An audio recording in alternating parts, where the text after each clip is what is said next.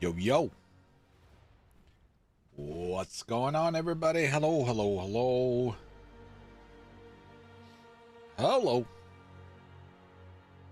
Hey, what's up, Chris? What's up, Aaron? What's going on? Hello, everybody. Cheers.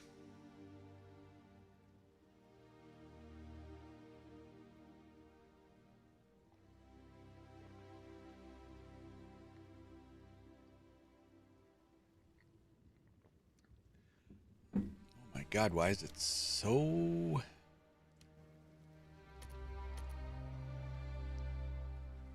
You can't stop playing Forza Horizon? Yeah, I noticed that game's taken off a little bit, eh? Nice.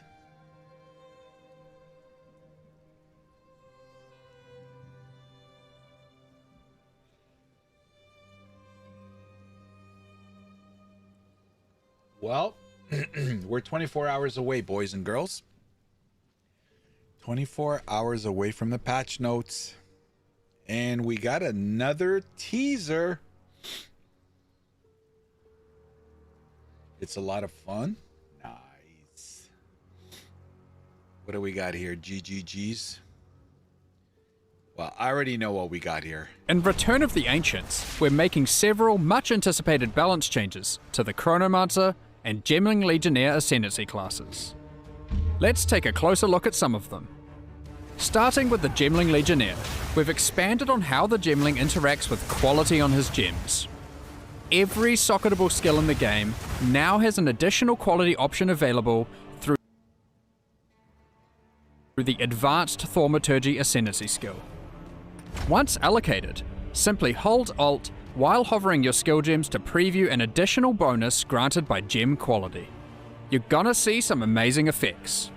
An example is Fireball.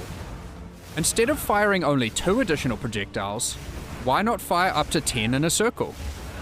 Combined with consuming a fire infusion, you can fire a devastating ring of explosive projectiles that then each explode into another ring of smaller firebolts. Another example of an added quality that may also add quality to your life is Explosive Shot. Instead of having to reload after every shot, you can gain 2 more rounds in your magazine for a burst of deadly impact.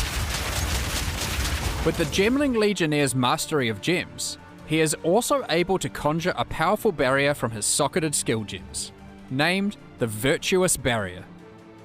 Each socketed skill gem empowers the barrier, making its effects stronger depending on the gem's required attributes. With the Virtuous Barrier skill providing some much needed defenses, and the additional qualities of over 200 different skill gems, it's more than meets the eye, and we look forward to seeing what you can come up with for your builds. Onwards to the Chronomancer. First off, let's start with one of its new notable skills, Phased Form. With Phased Form allocated, and due to your mastery over time, you are able to take less damage, causing a portion of that damage to be taken after a delay. This serves as a pretty strong defensive node, especially as the delayed damage only applies to hits, so you just straight up mitigate any damage over time effects. What makes this really cool though, is that by taking Temporal Rift, the delayed damage from Phased Form can entirely be negated. If you take a big hit, then use Temporal Rift, not only does your life recover back to what it was, but the delayed damage is just eradicated. Now some changes to existing Ascendancy skills, starting with Inevitable Agony. This has received new visual and gameplay effects, such as displaying your stored damage to bosses on static life bars. Also, now when the stored damage reaches a lethal level, the effect will trigger immediately to wipe your enemy out. The Rapid River passive skill, which made recoup occur much faster, has been removed, but a lot more recoup speed investment has been added to the core passive tree, allowing a lot more builds to gain access to this power. Additionally, a highly requested change has finally come. Time Snap and Time Freeze can now both be allocated without requiring all 8 Ascendancy points. Finally, Now and Again has been changed to cause your spellcasts to have a chance to alter time itself and both echo and repeat. Both roles are independent of each other, allowing you to unleash a powerful burst of spells all at once. Try out these changes and more on May 29th in the Return of the Ancients launch. Thanks for watching, and see you then.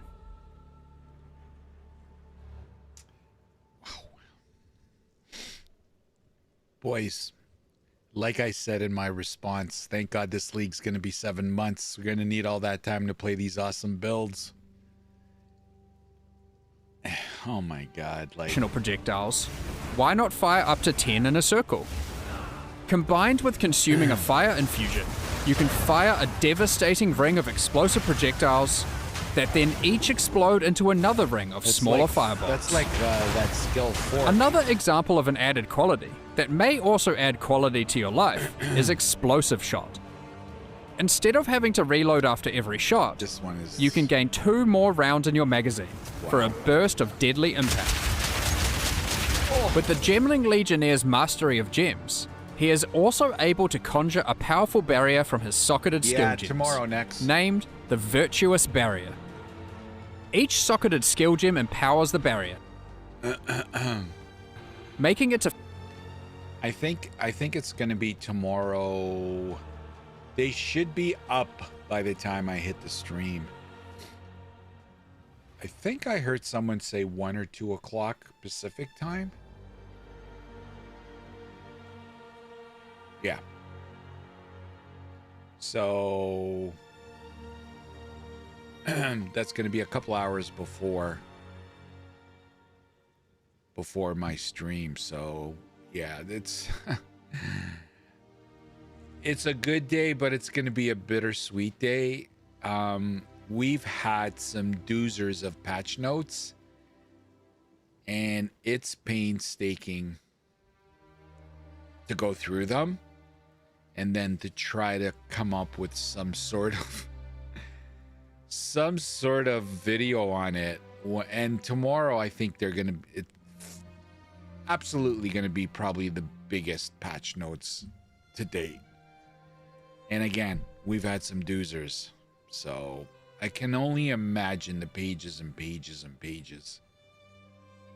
Usually hits about 4. Yeah, so that makes sense, right?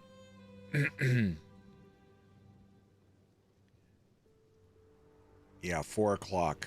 All right, that'll give me like an hour to just scroll it before the stream. Oh my God, it's gonna be amazing, but it's gonna be daunting. And they just keep adding more and more. Like, just crazy what they've done. Like this, the logbooks, ascendancy, more uniques. DM and Gazier are interviewing Jonathan and Mark on Saturday. What time's that? 2 p.m. Okay.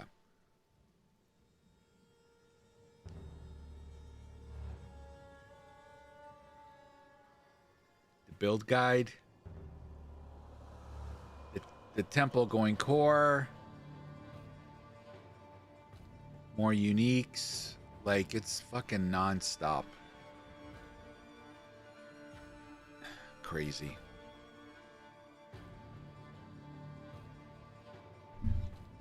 They tease us with the shiny stuff, but the patch notes are real deal since it can break the shiny stuff they showed. Well, tomorrow where the meat is gonna get on the bone. You know what I mean? Like, to your point. Tomorrow we're gonna find out if the shiny stuff really shines. What's gonna shine? What's not gonna shine? You know, there's a lot of things. Tomorrow's gonna be it's gonna give us the ammunition we need to make a decision on what we want to play. All of us are going to look at those notes one way or another. It's going to help you or confuse you on confirm or make you switch what you thought you wanted to play. So, don't understand why aren't.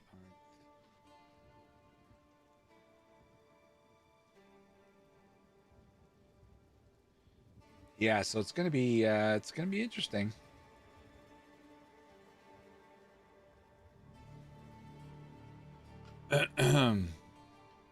I'm confused as shit. Like, seeing this today.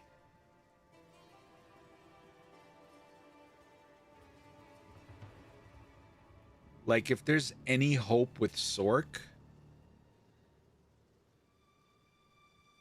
you know, I kind of want to play that. But the Huntress looks really good, but who knows? It can get nerfed tomorrow.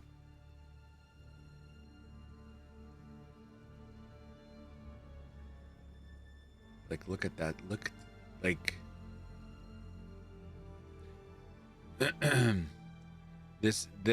This right here.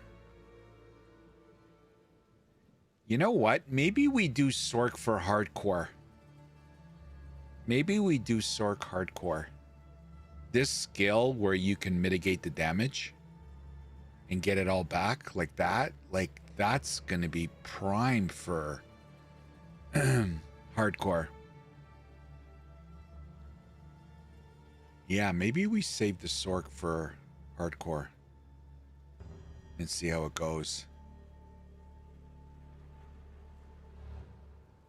Wow, look at that damage.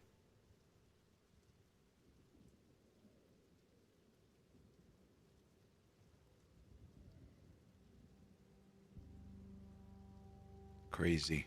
Absolutely crazy. Onwards to the Chronomancer. First off, let's start with one of its new notable skills, Phased Form.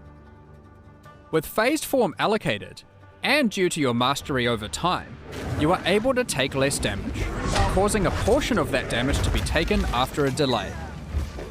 This serves as a pretty strong defensive node, especially as the delayed damage only applies to hits, so you just straight up mitigate any damage over time effects. What makes this really cool though, is that by taking Temporal Rift, the delayed damage from Phased Form can entirely be negated. If you take a big hit, then use Temporal Rift, not only does your life recover back to what it was, but the delayed damage is just eradicated. Now some changes to existing Ascendancy skills. It's be taken after a delay. This serves as a pretty strong defensive node, especially as the delayed damage only applies to hits, so you just straight. It's more than meets the eye. On notable skills, Phased Form.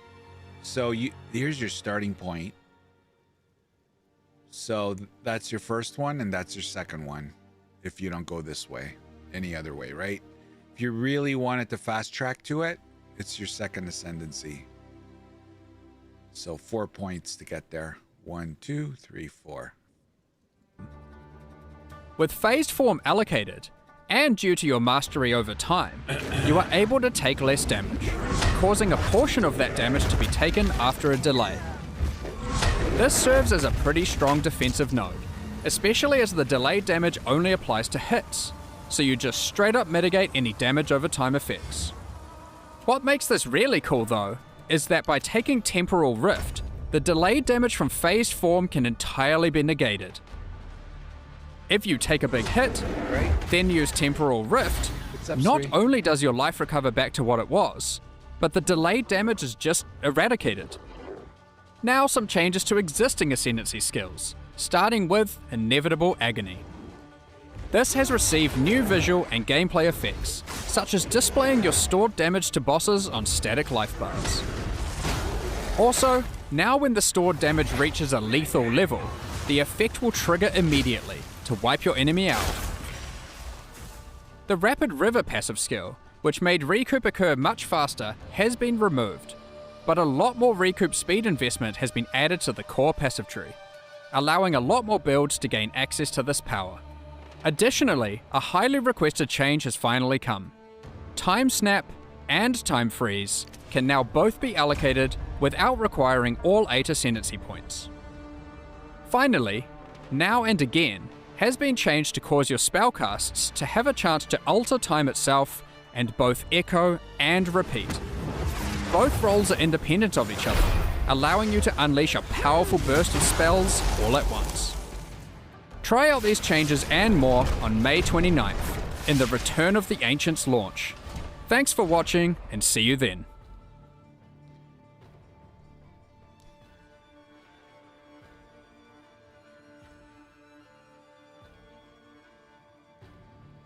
Absolutely crazy.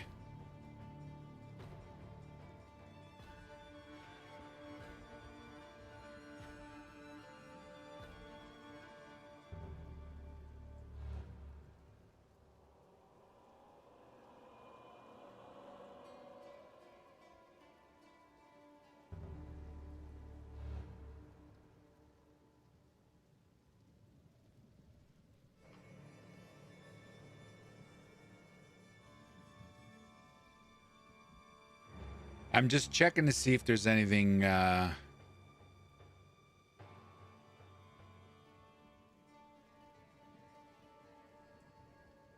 anything new here.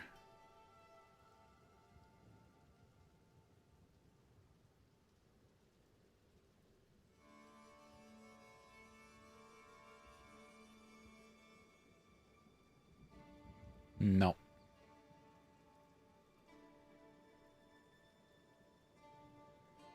Well, Chronomancer got its ascendancy changes. We'll see if it's good.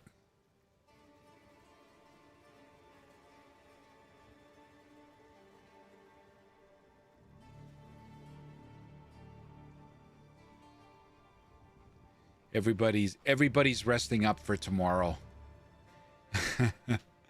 Everybody's resting up for tomorrow.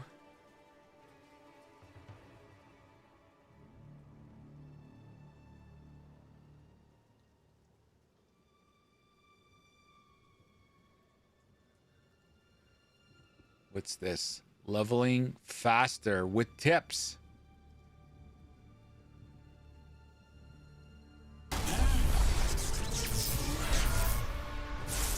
Hi, this is Rain here, and this is going to be a video about me doing some race practice collab with Angormus.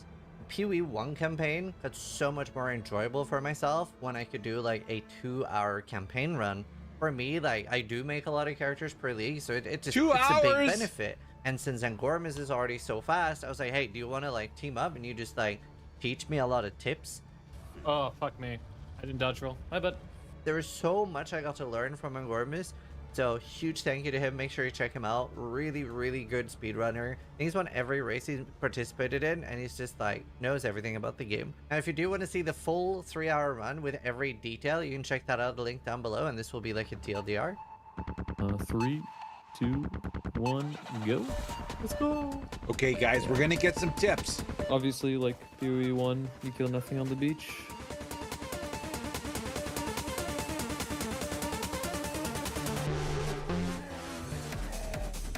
But like if you are like hurt and you get hit by a slam, you just die on the weaker classes without the strength. Yeah. Yeah. You're just trying not to get like ganked by his minions, really. He's playing ID all of this, so I can buy. He's playing Huntress. Yeah. You could like double check that there's a crossbow to buy, but like, my first regex is usually just like the word normal, and then like I copy pasted. Oh, so you don't have this? I would just buy this. Like yeah, like just normal. So like I can see like white items. Right. But yeah, you just buy the crossbow and then. And check for MS bits, but I can't afford them anyway. Yeah. Okay. Oh, God damn it! I'm so used to the thing being bottom right. Yeah, it's straight left of where you are. In this one. This is not worth doing here. It's a transmute if you kill all of them. Yeah, that is worth, right? Yeah, I mean like I'd even just transmute the either you transmute the crossbow you have right now, or you wait until you get a 10's crossbow. About 3 hours. Yeah. What's Crazy how up? strong auto attack Super is Villa. really. I mean, at least it's not useless. Oh my god. What? Oh, Oh also, you'd What's probably up, pick Drake? up those like rawhide boots next time. Just like Oh any shit. like full evasion gear is like. So on your boss rotation here, you don't just shoot out all your grenades. You're gonna shoot out one grenade, you frost bomb, and then you shoot out all your grenades on the second round of frost bomb. Because there's like 3 different cooldowns on it. Yeah. So you get the cooldown going on the first one, and then you just build up as much exposure as you can in the first place. And then you'd Alright. only want to ID those gloves. Oh, there's mushrooms on the ground. What? I'd go for the gloves, to be honest. Yeah. 'cause you already have damage. Worth? What? I spend. You never do the mini boss, right? No. I never do the mini boss. You still want to Oh. get the waypoint in this zone before you leave, though. And Okay. especially in hardcore. Because you can't reset a checkpoint. Yeah, true. And I probably should have done Ariadne, right? Yeah, you want to go back. to Kind the of, boss yes, zone. You don't want we- to do this one yet. 0.5 will be incredible. Yeah, it will. In hardcore, if you are Definitely very get out the careful, lubes. you can just like We're gonna find you can out hug the tomorrow, wall hopefully, outside, sweet. opposite the checkpoint there, and just like basically not Tomorrow's the hit patch the notes. checkpoint at all going in. Or what? Yeah, if you have like extra damage, that's how easy she is. It's really nice. What do you mean? Where? So like if you see the wall into the HUD on the opposite side of the checkpoint, if you hug it completely with your character, you don't hit the checkpoint going in. And I don't want to hit the checkpoint. Yeah, it lets you heal up mid fight. Oh. If you have, like, bad gear. But you that's had so so much clever. damage it didn't matter. Aren't they gonna change stuff? Yeah, but like the main thing for speedrunning is you just want to increase your comfort. Like whenever you're automatically doing things, like you never want to think about anything you want to do when you're actually running. Right, like you shoot those grenades and then you just move on. Yeah, so to me, The people main goal is, practicing like, shooting the speed grenades runs, is just to predict it's where the more monsters will about be. Yeah. when to check And here you just, like, NPCs, when the monsters how to spawn in, you just spread navigate out your grenades. your inventory, like It assigning does the suck a little bit skills. to not have, 'cause like, the layout is fragmentation gonna around, but you have change. such insane damage. It's like really nice, anyways. So in my actual run, I just need to remember to get spooned, not get spooned. Yeah.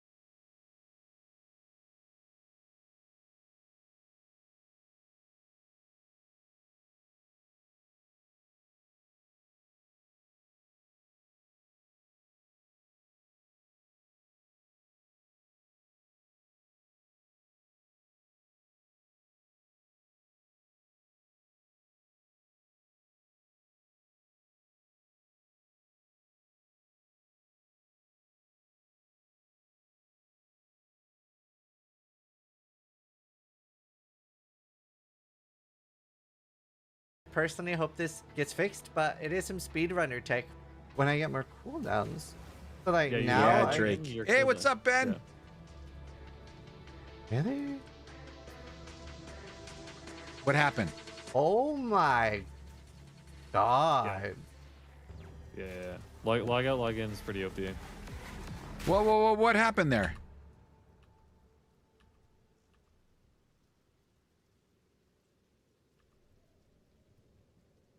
Too, even though it keeps you in the same spot. There's some stuff I kind of personally hope this gets fixed, but it is some speedrunner tech when I get more cooldowns. So like Yeah, you now log out, I log in, you're cooldown. Yeah. What? really. What oh happened? my god. Yeah. Log out, log in is pretty OP. That's crazy. Oh my god. Does his stun bar stay the same? Yeah, it does. Yep. That's so crazy for grenades. I'm not a fan. I'm not a fan, but it is really interesting that it works. And additionally, if you log out when heavy stunned, you come back in, you're not heavy stunned. So, you know, depends on GDD wants to keep this a speedrunner tech or not. I personally hope they fix it. Curious what you guys think. But either way, it's really interesting to see what people come up with. But either way, I learned so much. I hope you guys do too. And either way, try to die. Kind of on the. I don't know about Those that walls one. are actually the perfect ones because they could Wow. be. Oh my god, you got the level 8 Apex. Like if you're gonna die, This is the most then spoon run I've seen in a while. Oh. Oh, Jesus Christ. Oh. It was the Yeah. most spoon run you've seen. Standing on those corpses, or it's like That's instant crazy. death for you on low HP.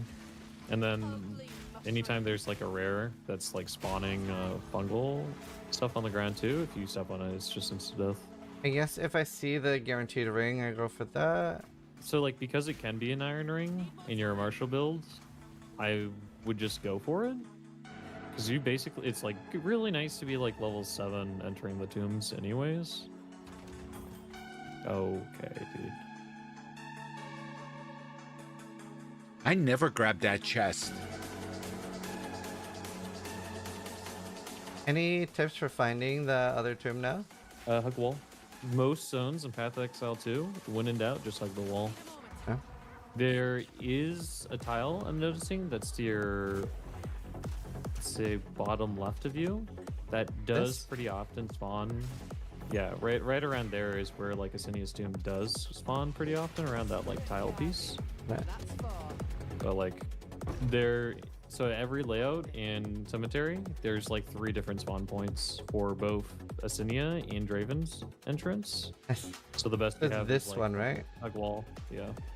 Or honestly, early on, it's just like this is one of the most dangerous areas for you. Yep. Because you probably want to go bottom left, just because. Oh, that's amulet. Maybe you get an amber. It's gonna start going down here. Holy Oh. crap, man. Right. I just stand in melee of Asinia, but you can also just stand on like the opposite side of the open tomb. The only like downside is if she TPs to you, it's like you miss your grenades, which is why I stand on top of her. Yeah, usually go to. Wait. Raven, I need you.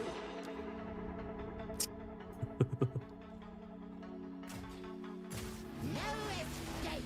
Wait, did that cancel her move? No. Is he doing it because of the cooldowns?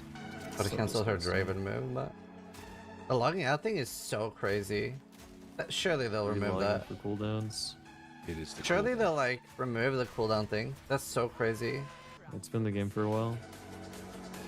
It's just really nice for any time you're in a tight corridor. So like Grim Tangle, the 2 mausoleum, like the mausoleum and the tomb, just to avoid getting He saves like, body coming. blocked basically when you're like out of grenades. Okay, Drake, tell us how you really feel. Right. Guys, 3 hours. I'm With probably some in practice, act. You can just kite Raven from like I'm the in other Act side of 2, that like tomb spot, and always set your maybe grenades getting on to him, Act but, like, 3. You have to be careful. Okay. It's not like when you're like trying to kite him by just like walking back and forth. I'm really gonna This make an weapon is also effort really nice. this league.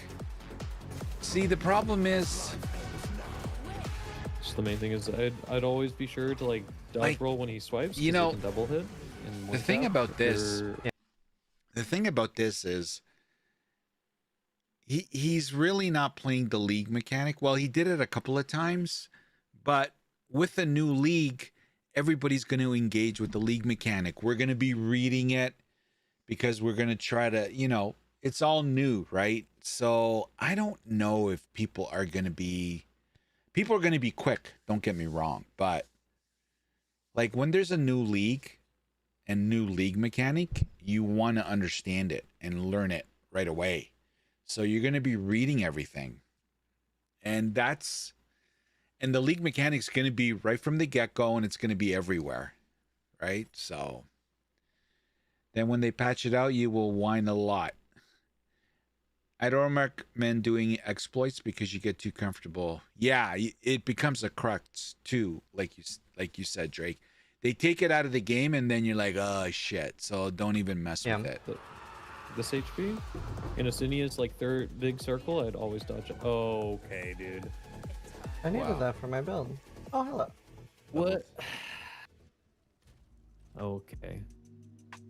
I don't pick up blue items if I have like movement speed and damage on gloves. So like, they're just not worth selling. When you use a double res ES test, you only care about armor and. Wow, he doesn't pick up blue items if he has movement speed. It's not worth it.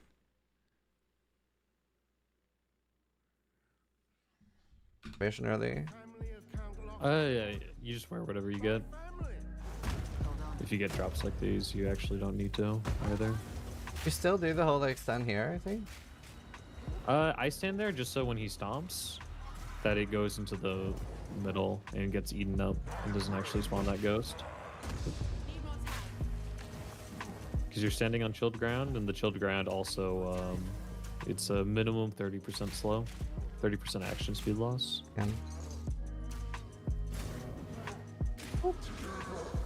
But like just on inventory management, anything that's a blue item in your inventory, you can just drop it because you have movement speed. You have the best. Yeah, I agree with you, Subaru, a lot. You have rarity on your helmet, so you're not gonna pick up like white helmets, blue helmets anymore. Yeah. Mind you, it's fun when you're you're in the top 10% in the end game, and you so like basically all of your you can take advantage of the economy. In two very different crossbows. The very important crossbow breakdowns is the level 16 varnished base, because at item levels, so like affixes upgrade at level 8 and at level 16, and they upgrade again at 33 for damage. And the varnished crossbow is the level 16 base, so that's the one you all in on, and that's your crossbow base for all of Act 2. And then it's probably going to be your crossbow until you get to level 33. Would you go into farmlands to get the waypoint already? No. I mean, I honestly, in this zone, I never go through middle. I hug the wall. Yeah. And I'm pretty sure hugging the wall is going to be faster next patch, like 9 out of 10 times. So if you go to options, it's under game. And then you have gem cutting restrictions. And I get rid of gem cutting restrictions, and I get rid of equipping restrictions. The downside is it will let you mess up. But you can just like control click and then, just slot it in that way. So this guy, he's going to teleport backwards based off your location to him. And if you can just TP him into the edge, you don't have to care about like throwing grenades out. I didn't stand still. Wait, say that again? So like when typically he does like attacks, and he'll like do an attack and then he'll teleport backwards. So you like just Can I log out to bypass this? The edge. I don't think so anymore. It used to be that like I think if you would log out there, he wouldn't heal. Like you could like log out phase 1 of Jamanra into phase 2 and he wouldn't heal, or you could do the same on Tavakai when he phased. But they fixed that. Oh.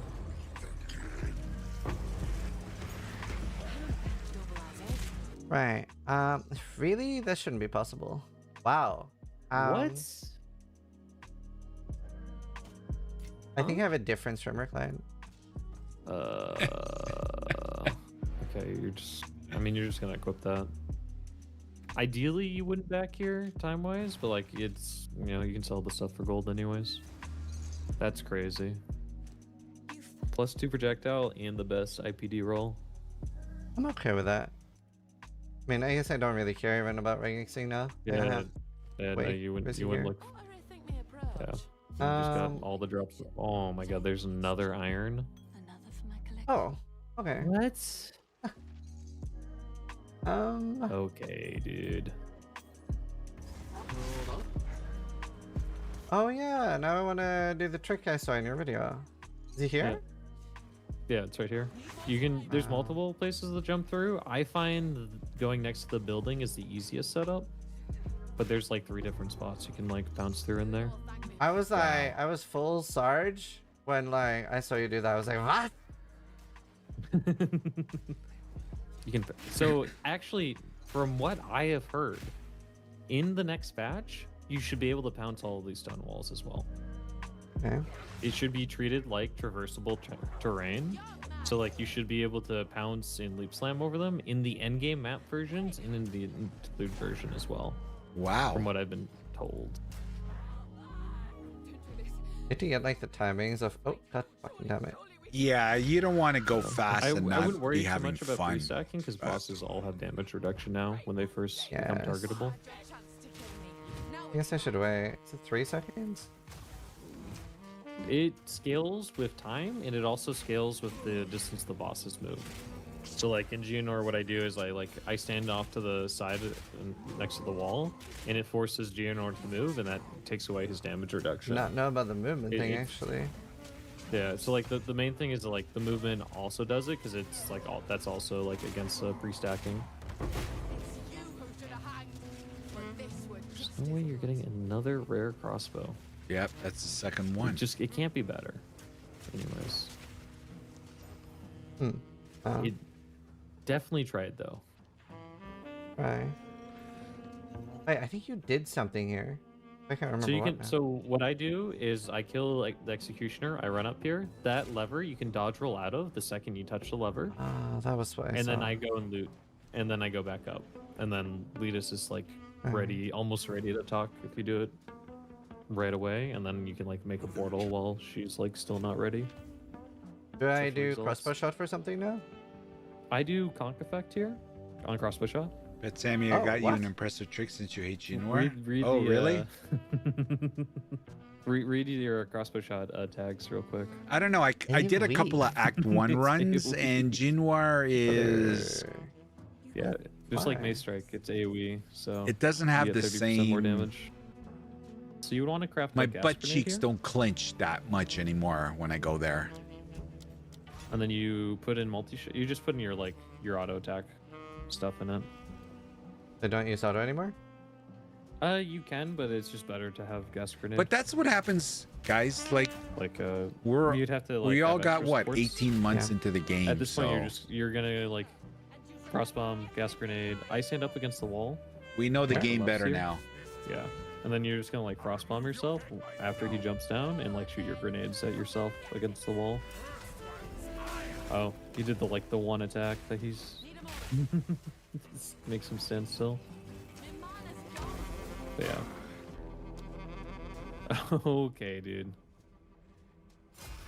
Just need a shield, parry, block, swap. That's When me. he does the ice beam and you block beside him, you'll counter and you can interrupt his He ice taught me beam, this. so it Look only what happens Angormus once. taught me. Hey, Shizanara. I've been working on a build since 01. I'm not going to stray from the path. We weren't supposed to. 3,500 hours. Give me the technology. Do you mind sharing? You manipulative whore! Horrible words. And the real trick is whether you can skip poetry here. Holy no. It's mostly luck. Oh, good attack Maybe. pattern, if possible. He's going to kill him. Got him. Yep. Nice, Sis. Okay, and now I Wow. would normally Now what do you do? go kill Candlemass while I was waiting Yeah, for so the I loot to- TP out. Yeah.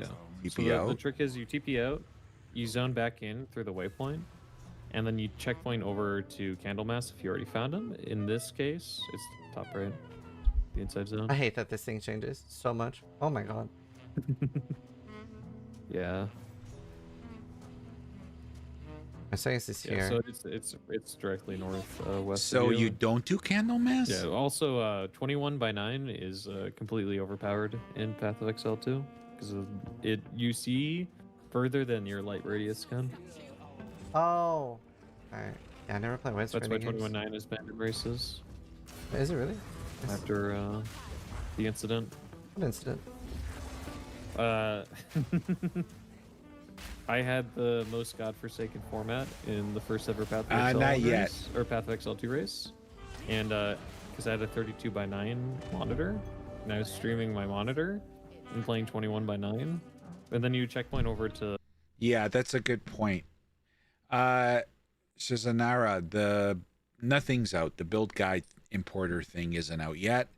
And Drake brings up a good point. What you're watching, the layouts are changing, guys, for 05. So all the zones are going to be changing apparently. So don't be making notes here because everything's going to be different from what they told us. As soon as you get your PC back, it needed repair at factory. A new in-game build export. Oh, zones in talents. No, the layout of all the zones are changing.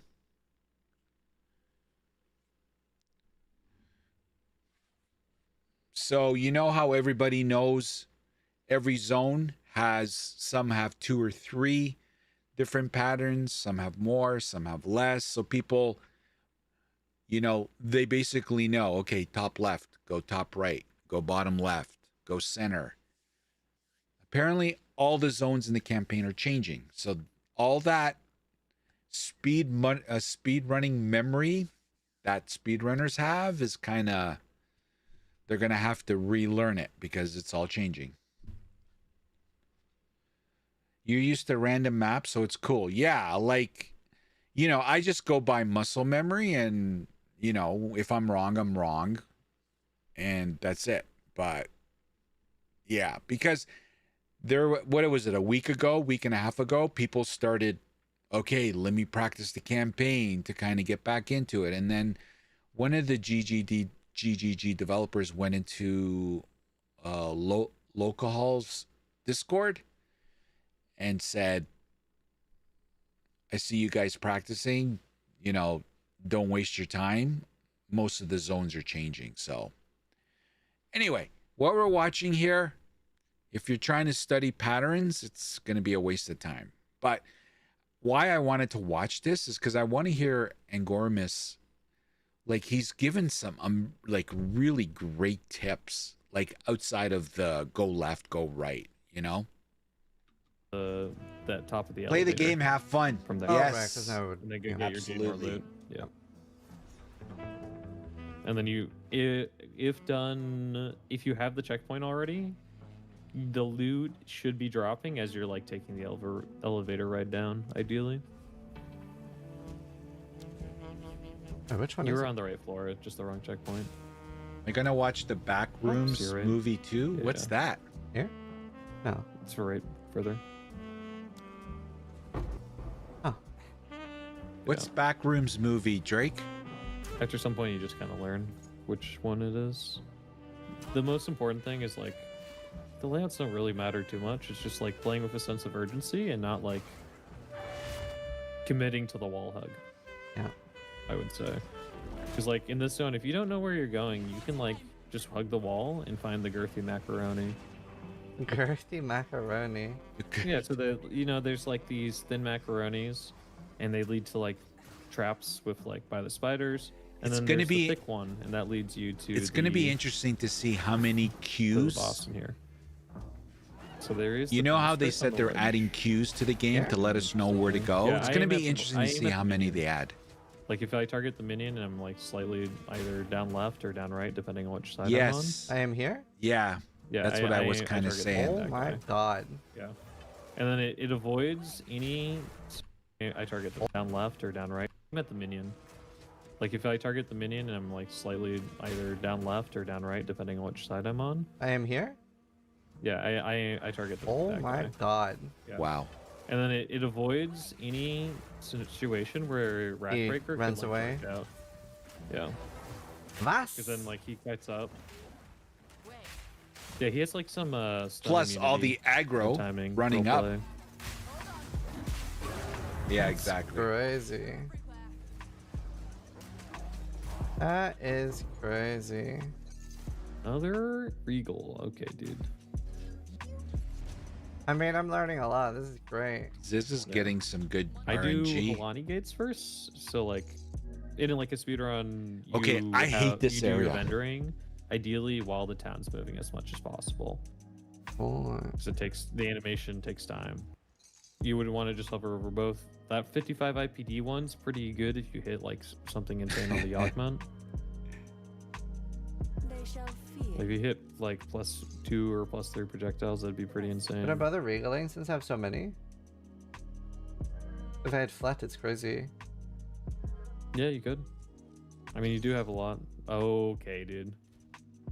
I mean, you can just use that for all of Act 2, basically. Like, if you want, you can just triple exalt it and then double socket it, ruin it up. Wow. Visionary gameplay. Oh. Okay, Oh, +2 projectile. Would you do fizz runes when one has fizz, or do you just do lightnings? dude. I would. Do you have a fizz rune? You have a body rune, right? Okay, yeah. I do the Desert and Storm. Yeah, I could have Or taken like a fizz the rune. Ritual in Desert. You know, Yeah, and then the second you hit 16. Okay, dude. Actually spooned. Yeah. Hitting +2 projectiles is on like a hit is much. It's a much more rare affix than like flat damage. Oh my god. I'm no, just fully no, exploring. That part of the map, like the Not architecture, just looked Zookeeper. very interesting to me. Yeah, no. That's layouts are that. nice to know, but like I'm end not of a the big day, minions The guy. sense of urgency is way more important. If I The do really play big thing Huntress, is it'll that, be do not- companion If though. you tank or fire cannon, you will just die. And If you most tank likely, or, like running explosive suicide charge, you just die, Tornado.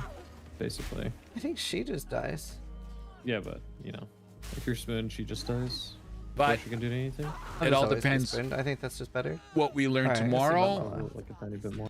And I also don't want, like, everyone jumped on the bandwagon with Spirit Walker. So if I see that still simmering, I don't know if I want to play it. You know what I mean?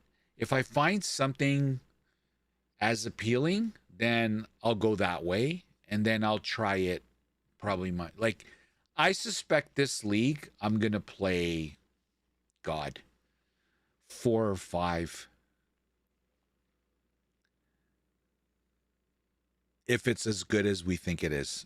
So yeah, like Spirit Walker is right now up there for me, but my fear is 1, they might nerf it, and 2, everyone's gonna play it. Martial Artist and Spirit Walker look like the 2 that are running away. So that might sway me not to start with it. Zelgod, you might try Gemling Facebreaker. Oh, you like those unique. Now, how early do you get those? Are those late game uniques, Zelgod? Does anyone know? They already have one for the Devourer in the first act. They put a giant track texture leading to the cave. Yeah. My only fear with these uniques, and I'm gonna look into it, because I have to say I'm not a melee guy, but the Captain America shield looks amazing. I'm a necromancer of the old school, so must stay as the lovely witch. Necromancer is the one class in Diablo 2 that put me over the hump, and I beat Diablo 2 in hardcore mode on my 10th attempt with the Necromancer. So it has a special place in my heart. Unfortunately, I don't like to play minions.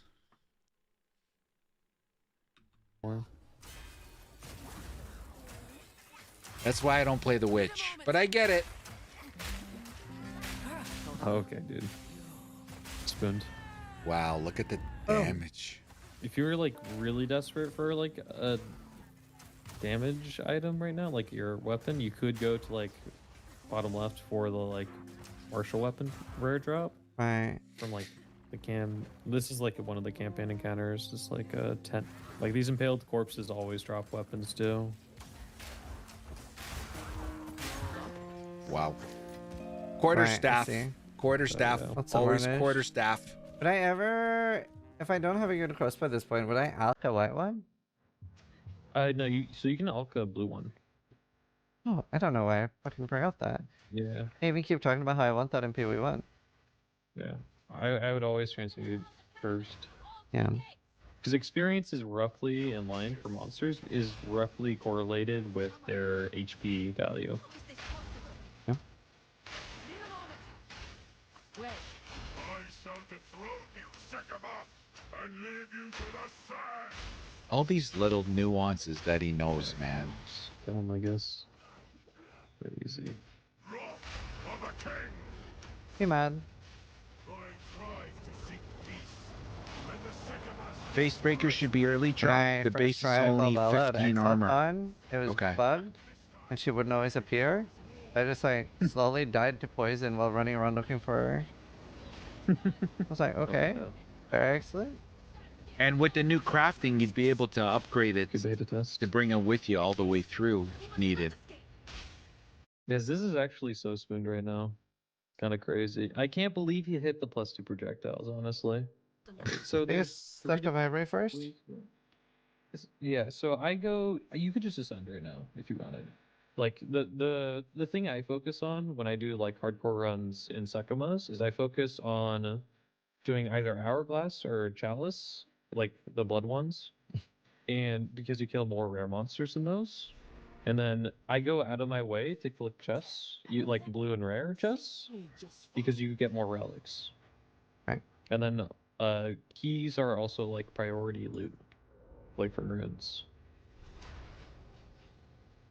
And if this like the first relic, if it doesn't have a second modifier, I just always augment it. So he's Did going they right nerf like into. turning around? I feel like I used to What be able to level spin is a lot he? faster. Wow. What the hell? What? How does the PC do it? Oh no. What?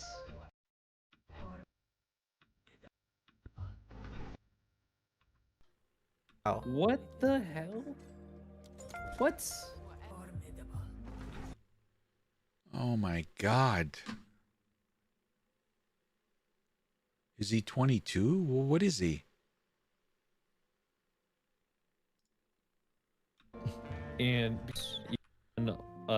keys are also like priority. And if this like Did they nerf? what? He's level 20.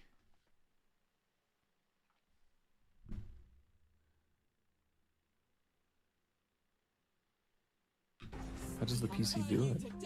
Oh no. Any more time? I wish they had kept. Oh, I get this it, boss Shizunara. exploding on I get death it. and doing damage It's just a play style that because it looks I, like it I does. just don't like it. I want to be part of the action. You know what I mean? But I get it. See ya. I checked Babala first just in case. You don't she has, wanna like, jump an on insane Zookeeper? relic. Like 20 Relics? honor resistance is really good actually. If you're like gonna continue, so like I'd buy that and then you Yeah. convert, of course. So I would do Royal for gems. yep. And Warrior. Yeah, it doesn't really matter because you're not really gonna use it anyways. Like the superior is nice Yeah. because that's 2 to 3 whetstones because it's 12%, and that's 3. It's like you can just put stuff in stash and then like vendor it later instead of like trying to like do inventory. The only like I like go out of my way to just like pick up the extra rares and extra quality stuff real quick and then just like vendor it later. Yeah. I have like downtime later in I campaign. ascend, and then I would get an ascendancy. Boom. Yeah. Doesn't even let me leave And without you could taking get- one. Yeah. Whatever. Yeah, it's to stop you from like messing up. I'm And a then you temporary TP out, you Amazon. don't take that. You just hug the wall. What? What? Yeah. Like You bother doing the abyss? I do the abyss. This is a jawbone. Ooh. Kill him. So this is gonna be the weapon one. Yeah, the casters in this zone are the main danger. Outside of like the abyss rares, if you get like the mini Jamon ones, but like it's the casters, so just don't stand still and you should You be stay safe. in action, but you don't Dude, have I to. love Oh, I know. when people are Command replying skills to can be tweets super about you winning powerful. racing, seeing this only for no-lifers without a job. It's like my favorite thing. Yeah, I have a full time. I work overtime. So You work in a technically, actually. factory. It's like the most job that you can have. Yep. And I have a girlfriend. What? I get why people don't believe that one, because POE racers in general. Did that one. I'm married. That's why I'm 2 hours slower than the rest. Damn, that's my excuse too. I have 2 kids. They just test the shit out of it, Sweet. But They you're test max rage, and and if test you take any and damage, it test. refreshes the. It stops the debuff from running out. But yeah. It's basically just 30% more Having damage. a boss pet is a super cool, but it's Okay, the only dude. thing that appeals to you, yeah. Look what Wait, you look don't what have enough Angormus damage made me already? do. You lose your rage, Oh my god, at least. no! But you gain your cooldown back, so you can just. You know, I press do it hope again. they remove it. I don't like it. I'm forced to do it. I hope they keep it for the sprint removal. Oh! Yeah, that is the most dangerous attack from this boss. I try to kill the mage first, because you want to kill the mage first for speed, because the mage drops loot slower. I But cheated also and still died. the casters in rage is way more dangerous than the Yeah. seeds in rage. Yeah, But, you like, want to ideally, kill you the just girl stack them up first. like this, and you hit them both at the same time, and it doesn't matter. Yeah, you want to kill her. Then him. That's what I always do. Much better. First try. Yeah. Yeah, you're scale cheating size plus boss spoon, reset pet. run. True, but like real. That's something that would happen to me, Chris. Huh? Well, play Spirit Walker, Zelgod, and you'll be able to tame boss. Have it as a companion. You can have Silver Fist with you. If you have enough damage, you might need to go to mercenary. And damage is pretty good. You do every abyss you see? I do. This one's a preserved rib, but it's also really, really good experience. So like this is in general a really, really good experience. Like what level are you right now? 24. Oh, Jesus. Yeah. I'm gonna reset for the Awesome, explosive dude. arrow anyway. Okay. You created a monster. For real, Yeah, but, he like, really likes before that. you enter the Shar, you want to be at least level 24, ideally, in like a 100% run. And then in this zone, unless you're level 27, you're still getting 100% experience, so it's fine. And the general rule of like just killing slightly more in a hardcore run is just true to PoE too. Yeah. And what's the next respo? Is it like 30? 33. It's also 33 is also when the next like damage of Aphix comes available. So it's like it's a pretty long way off. I still might do that though. Yeah, it's just good. Where's this? So, There was a time in 0.1 where I was doing waterways practice streams. Wow. So I was just like, I would just load Jesus. up like 4. Oh, okay, dude. Minus 30 all res. fuck. I don't need it. What's your resistances? Don't look at it. Don't worry about it. Yeah, Don't hit your hit his points, lightning is negative. Yeah, I just... Wait, what happened to my first bomb? Oh god. Oh, you must have had int on some item. I thought... Yo, you're all Well, attributes. his Oh, is is it on my a amulet? Path of Exile Oh. seasoned No, on your veteran. iron ring. Okay, there, it's back now. What is this? That was scary.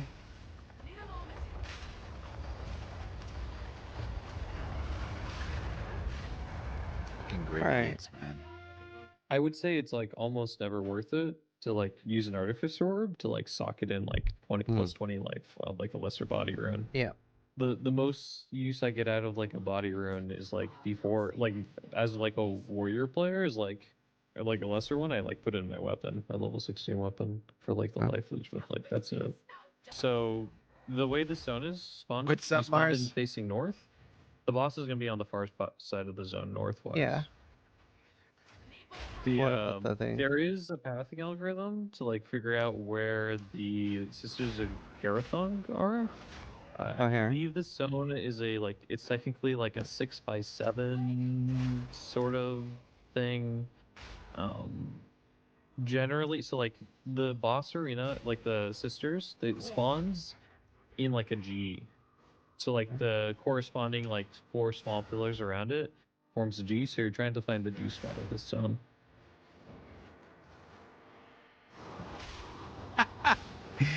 Boys, you gotta find the G spot, boys. At like 450 HP, his like big You, sword might actually if be you more don't find the powerful G for you. spot, you won't find the sisters. So, like the main problem is like fire breath. That's the only thing that's actually scary. No wonder I Not a lot of struggle in progress. this area. Yeah, It's positive. it definitely is positive. Why don't you tank it and show off how tanky you are? No, I'm okay. Okay. I'm okay with the whole not getting it thing. I'd get the belts. Like belts are always worth a lot more gold than per like item slot Yeah. or inventory space. What if I want to be very squishy on this? Check your lightning resist. All right, perfect.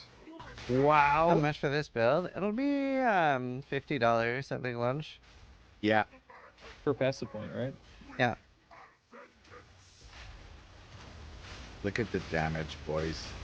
There's no. Well, it'll be you like, guys, yeah, you guys you're think not grenades are allowed gonna to survive? like level past a certain amount without paying a certain amount. You think if you want to grenades level are gonna past 20, survive the an patch? additional $20, and then press $30. Oh, that's a pretty good deal too. Oh. Yeah. Yeah, you're those gonna- guys explode you're with lightning damage on death, so I don't like that. I've actually never seen someone take damage from it before, but I guess you have negative 23. Good number. So you're probably taking like 4x damage or something? I don't know. I heard, dude. Some people have been talking about having paywalls for the new guide system. Seems pretty silly to me. Crazy. You're forgetting to roar. Yeah. He's Thank goodness just he's not logging out anymore for full destroying. games. Oh, do you think it still should be? I don't do that at all. Guys, Really? don't forget. Don't they have a sense? You can put your you can use a talisman to go Stones into or bear freezes? form or wolf form, whatever form you want. If you're Put it like, in your gonna get in a offhand. pinch, you could for a bleed as well. Because it's a complete ailment refresh cleanse. What? So I look He's for- sin. What? He is? I go out of my way for the 4 link because usually, you Yeah, only got 1 grenades 4 link are. at this moment instead of 2. You only go into And then you can cheetah also put form. it on like something on gas grenade if you wanted. You do have to kill both of them now. Used to get away with just one.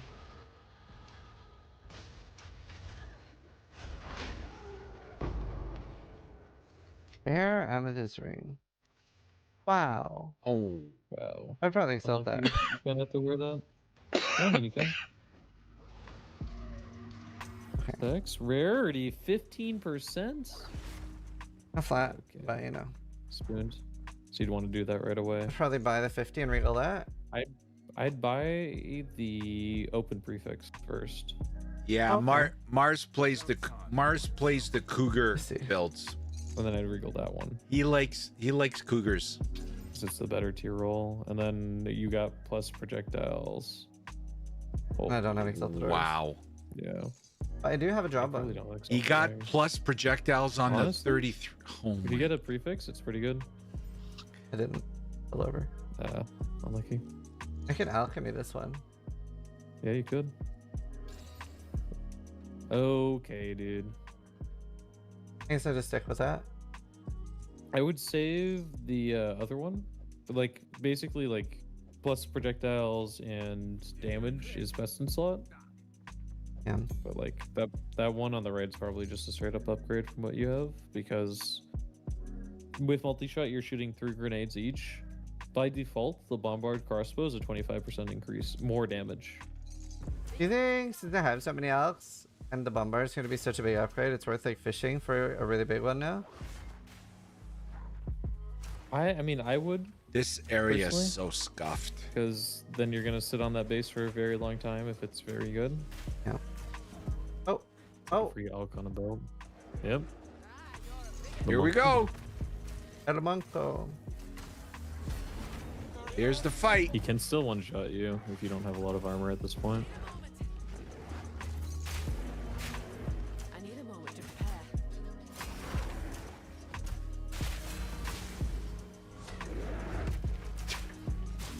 Wait. Actually, never died to the monkey. A specialty of I've mine. I've never died to the monkey, especially not twice in a row in a league start. Same. Same.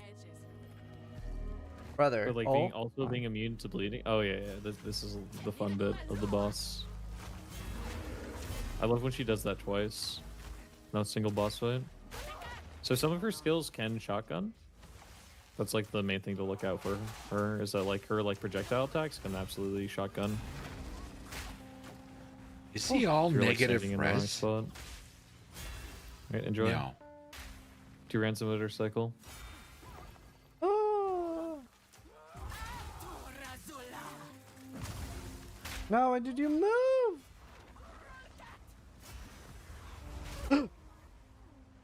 I'm surprised that. Well, okay, I'm not that surprised. I mean, Rotendo. I'm No, not that surprised. No, Sup, I welcome. should not be wearing this, but it's okay. Fine, I'll get off it. Oh, I don't even have an amulet. Okay, you know what? This is deserved. I wouldn't wear it. I wouldn't really wear it. Yeah. I mean, ideally you have like 800 life by now, if you get like life on gear at all. Yeah. I mean, it's good anyways if you come across it, because it's rarity. You know, I actually feel like I'm still affected by the temp chains thing. That can actually be true. There's a bug in this game where like sometimes you get temp chains and it just exists on your character until you reset a checkpoint or go to town, like in the same zone. Yeah. So before, I guess if you're gonna farm here anyways, like the plan for you would be to like spend a lot of time here farming up like gold and whatnot, and then like bases, and then like maybe you all in after. Yeah. You might just get lucky on like bows anyways, so you can Alright. get to keep all your Yes, I currency. would use that left one. And then you can also sell at the vendor. It's pretty nice. Yeah. Be lower right now without socket stuff. Yeah. Well, it has to. It's 25% more damage than what's shown Yeah. because of the extra projectile, assuming all hit. Then I'll get whetstones on it too. Yeah. I'd say this is like a low roll. Yeah, I'll get a better one. What's the time of the run right now? 3 hours, but I've been going pretty slow past Act 1. Act 1 was... It's like 250. Yeah. I never care too much about my time in practice runs. I just want to make sure that I like I'm comfortable knowing or doing everything I'm supposed to do. That So when you sounds- enter the sun, just press a U real quick and it'll show up the world map. So there's a. This is so hover over Chimeral Wetlands and look at the connection to It's northeast. Machinarium. Yeah, so the exit for Machinarium will be in the northeast. Yeah. Wow. And then you can just hug the wall from the boss, from the Chimera, to find the Chaos Trial if you wanted to do it. Yeah. If you don't want to do it, you don't even have to look for it. I never do it. I never do ultimatum. I haven't done it since point 2. Chaos trials. Hold on. I need a moment to prepare. No. This boss can be a long time if you don't have the damage. Just because of his flying around and knocking him Oh, I down. thought it died. and- Wait. That did. Chimera. But for the most part, that map tech is supposed to work for every zone next Yeah. patch. More time. I think I'm not using gas grenade a lot. Hello. 2 rare crossbows. Okay. I guess these would have to be pretty cracked for me to switch over to them though. Those boosts are pretty good. Okay. Really high resistance. I mean, we can end it here. We both have to go anyway. Perfect. Dude, thanks so much for doing a practice run. I'll do a few more solo, and then we can do like a follow-up, and hopefully I've shaved off an hour of my time. Yeah, I'm sure you could. You could be here at 150 pretty easily. Yeah, I mean, I've learned a lot. I've learned a lot. There are a lot of things that I didn't even know were things. So, huge thank you for that. For those watching on YouTube and stuff, make sure you check out Angormus. Literally won like every single race he's participated in. Absolute game. Wow. Interesting. Did I hear Angormus right that the affixes upgrade at level 8, 16, and 33? Did you guys hear that too? Shizanara, you're talking about your computer? Oh, bro. Come on, infrastructure. Don't let me down. Oh my God. Well, yep, they all go up. Yeah, 8, 16, and 33 looks like those are the points. Interesting. Interesting. I didn't know that. That was good. Okay. I know most of you are not noobs.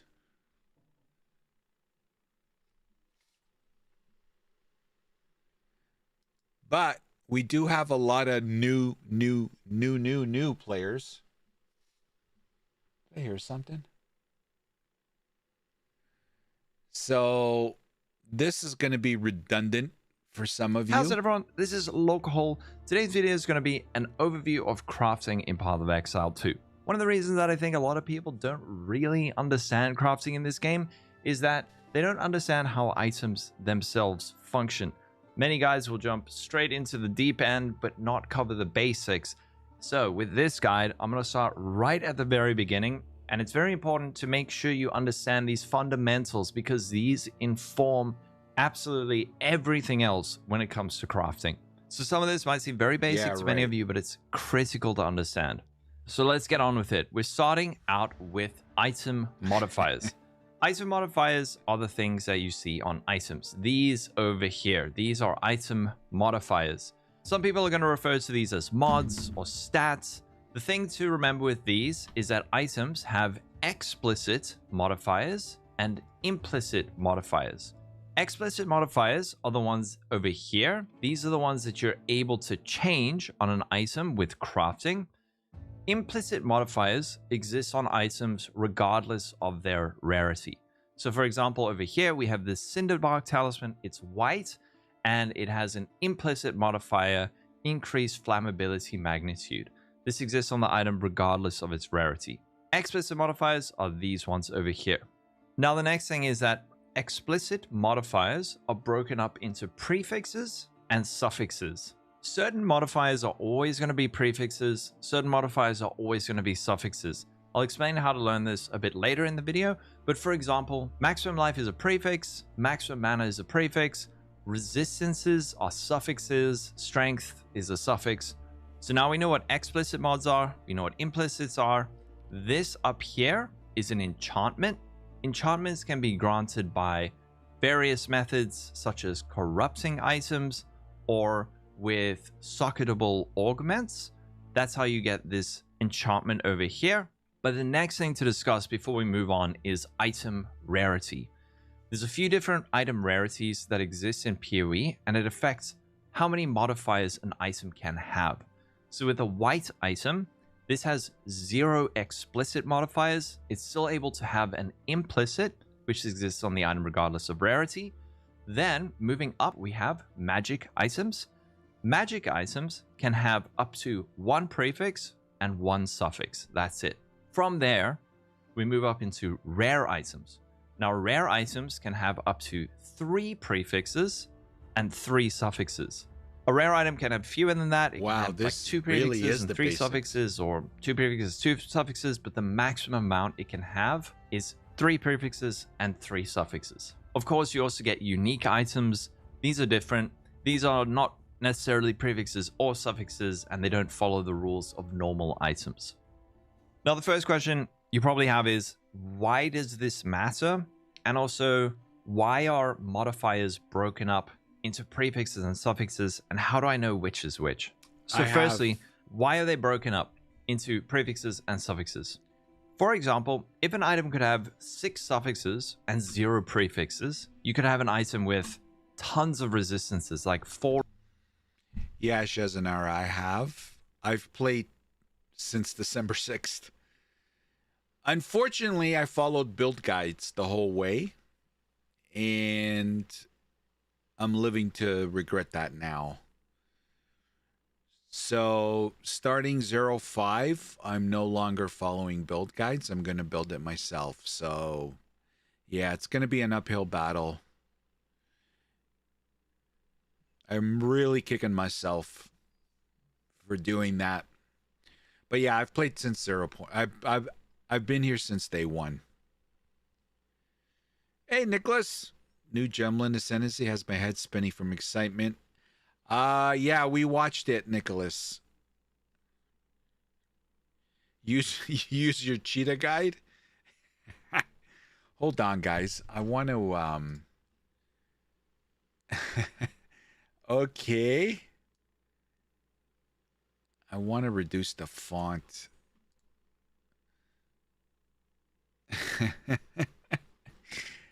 All right, thanks, Mars. I really appreciate it, bro. Yeah, it looks awesome, Nicholas. Or resistances and life regeneration and something else. So this is sort of to break up items into having distinct mods that they can roll up to a certain amount without going too high. If you could have 4 suffixes, you could have fire res, cold res, chaos res, lightning res, but instead by limiting it, there's a limit to how many resistances an item could have. Same with a weapon. A lot of damage modifiers are prefixes. So if an item could have, let's say, 6 prefixes, you could have flat physical damage, percent physical damage, cold damage, lightning damage, shit. fire damage. It would just be a bit too much. But this brings us on to the next question, which is, how do I know which modifiers are prefixes and which ones are suffixes? This does take some time to learn. Don't worry, you don't have to memorize all of these because it's gonna take ages. This is the kind of thing. Okay, this, guys, this is where you can go into, for example, POE 2 craft, and it'll show you all the different prefixes and suffixes. That as you engage more with the game and crafting, you start to learn. Gemlin One thing that I Grenadier can might be say, locked in for me. general, We'll see when the patch for drops. prefixes Yeah, on tomorrow. weapons, things related to damage are going to be prefixes. By the way, everyone, we will be going over the patch notes tomorrow. They'll probably be out a couple hours before my stream starts, but that's what we're going to be doing tomorrow night. Oh my god. So I'm talking about things like percent increased physical damage or flat elemental damage. When I say flat, that is like a flat number adds 9 to 11 cold damage. That's a flat amount. It's not a percentage. That's an example of flat, and that's generally almost always going to be a prefix. Other examples on caster weapons, you have things like spell damage, elemental damage. Those are general prefixes. For other items, let's say like jewelry, which includes belts, rings, and amulets, common prefixes are going to be maximum life, mana. On boots, a common prefix is movement speed. Other ones that you're going to run into a lot on armors, such as helmets and body armors, prefixes include things like armor, evasion rating, energy shield, spirit. Awesome. So more defensive type ones. As for suffixes, suffixes on weapons. So that's good. Well, Shizanara, hopefully you're around the next 8 days, because once the patch notes drop, that's going to be tomorrow night. Tomorrow night, we're going to do the patch notes. We're going to review the patch notes. We're going to do that. And then that gives us, what, 8, 9 streams, whatever. Then from there, I'm going to decide what I'm going to play. And then I'm going to map out my build. So I'm really hoping a lot of you smart guys are going to be around here when we're doing that. Because now with the new build import quality of life change, I want to pre-build as much as I can my build, dump it in the game, so then when we're playing, I'm not wasting so much time. Oh, what should I do here? What support gem? So I'm going to be doing that. We're going to pre-build my build. And then I also want to customize. Typically, I just do a general version of the loot filter. If we have time, I want to customize a loot filter for my build as well. I'd love to get help on a rejects. I'd love to get help on being a reject. You guys know what I mean. Like, I want 05 for me to start off on a solid footing. So when I prep my build, I'm talking everything. The tree, the skills, the support skills. I want to do it because that's where I feel I'm going to waste a lot of time if I don't do it in game, and I don't want to be slowed down. So hopefully, you guys that have been building your builds since 01, if more of you are around, oh my God. You will be awesome. Sammy needs a hug because he got rejected. Yeah. Generally are going to be things like attack and cast speed, things that don't increase how hard it hits necessarily, but affects how quickly it hits or the critical strike chance, those sorts of things. Increased level of skills is another common suffix. Other common suffixes include things like attributes. You all go attributes, into customizing the sounds? resistances is a very, very God, big one. That's awesome. And crit related modifiers. So crit damage bonus, attack speed, but the big ones to remember are going to be resistances and attributes. Okay. It's still too big. Still too big. Let's go to 35. Sorry, guys. Where are we here? Attributes. I know that might seem like a lot, but like I said, the more you engage with your items, the more you're going to learn these things. One thing you can always do is press Alt on an item, and that'll show over here. Let me just pin this. Over here, you can see it says prefix, and then it has the prefix modifiers, and then suffix, and has the suffix modifiers. So over time, you will learn this. You don't have to memorize it all. Now, discussing the mod pool. This is a term you're going to hear quite frequently. The mod pool is all of the modifiers that potentially can exist on an item. So let's say I were to use a transmutation on this crossbow. It's going to upgrade it from normal rarity to magic rarity with one modifier. And the modifier it adds is going to be drawn from the mod pool. So there's like a list of potential things it can get, and it's going to select one of those.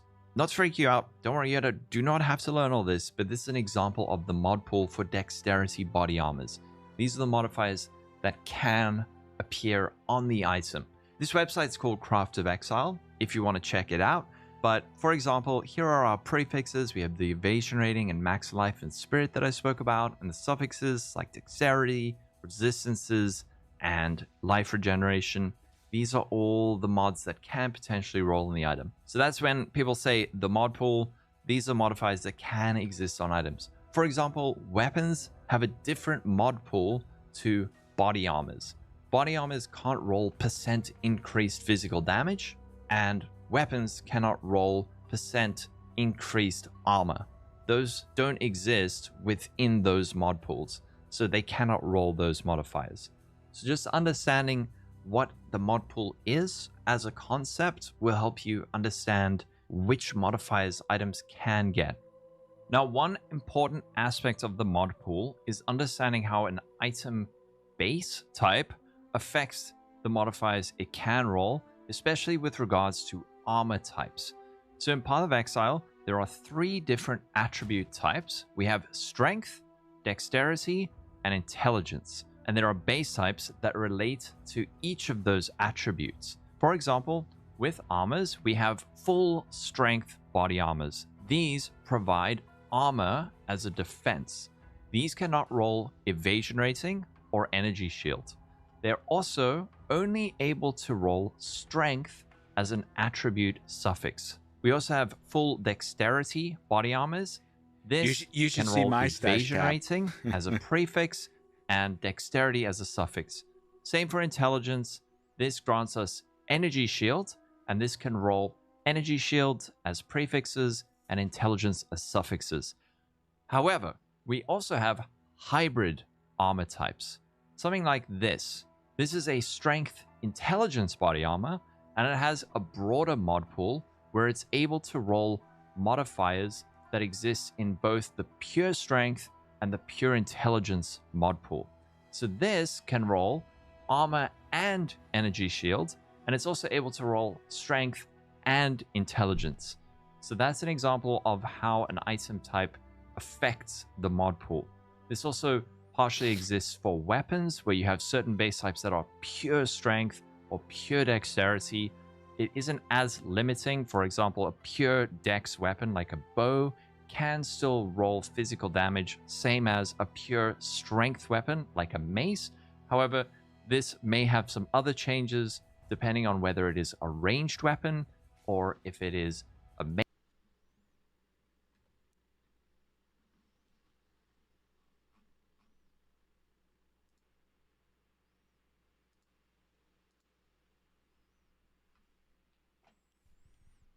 This is my stash tab.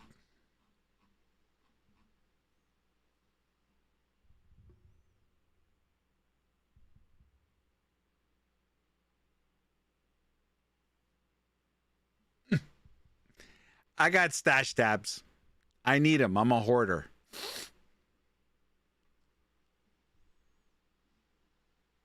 Melee weapon and also the attribute type. So this could roll dexterity, but a full strength weapon like a mace could only roll strength. And again, this is something that takes time to learn, so don't worry about learning it all, but it's something that you do need to understand, is that certain items can only roll certain modifiers, but not all modifiers. The modifiers that do appear, though, are fairly intuitive. Like I said, a weapon can't roll armor, armor can't roll physical damage. Let's just talk about some examples where this knowledge can apply. So we know that a rare item can only have 3 prefixes and 3 suffixes. Why is this useful? Let's say, for example, you're leveling a new character and you pick up these laced boots of the Lynx. Now, you know that magic items can only have 1 prefix and 1 suffix. If you check these boots, these currently have 1 suffix. We know that movement speed is a prefix that can appear on boots. If I were to use an augment, which adds a modifier to a magic item, you could say this has the potential to get movement speed if I were to use an augment on it. If these boots already had a prefix and you didn't know that movement speed was a prefix, you waste an augment trying to hit movement speed when the item could never actually roll it. So in this case, we could say we've got an augment. Let's just see, maybe we can get movement speed. I'm doing good, man. Hope you're We doing didn't good. hit it, but that's okay. There was at least a chance for it to appear.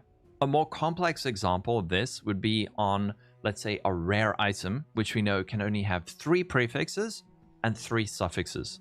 With a perfect essence of battle, what it does is it removes a random modifier and augments a rare item with a new guaranteed modifier. The modifier it's going to add is +3 to level of all attack skills on a one-handed melee weapon or bow, and +5 level of all attack skills on a two-handed melee weapon or crossbow. Through experience, you may come to learn that plus levels is a suffix. If we think about this now, this item has 3 suffixes and 3 prefixes. It's full. Let's pretend that our prefixes are amazing here. We've got 3 damage prefixes and we don't want to mess those up, but we also want to get plus level of attack skills because that increases our damage. Now, because this is a suffix modifier, in order for it to add this modifier, it will have to remove a suffix to make space to add this modifier. So this will remove a modifier and then add the guaranteed one. But if it were to, let's say, remove a prefix and then add this modifier, this would suddenly have 4 suffixes, which cannot exist. Rare items cannot have 4 suffixes in almost all cases. So what we can discern from this is if we were to use this on this item, our prefixes would be entirely safe because it has to remove a suffix to make space to add a suffix. So if we use this, our prefixes, the damaged ones, are not going to change. And instead it's going to remove a suffix to add that modifier. Now, if this item had only 5 modifiers, it would potentially be able to, let's say, remove a prefix to add a suffix because the item wasn't full. The only reason that it had to remove a suffix is because it had to add a suffix. Now, I want to go over another example of where understanding all of this is helpful. Let's say you're in Act 2 and you get a nice crossbow. This thing, you check it out and it has 2 prefixes and 3 suffixes. One thing you could do, now that you hopefully know that damage modifiers are prefixes, you could exalt this to hopefully add another damage modifier. There is a chance that you could add something like accuracy, which wouldn't be great for most builds. And for those of you that never played Path of Exile, this is basic crafting compared to the complexity in POE 1. This is like kindergarten compared to crafting in Path of Exile 1. But another thing you could do could be to use a jawbone. Now, this is a mechanic from Abyss.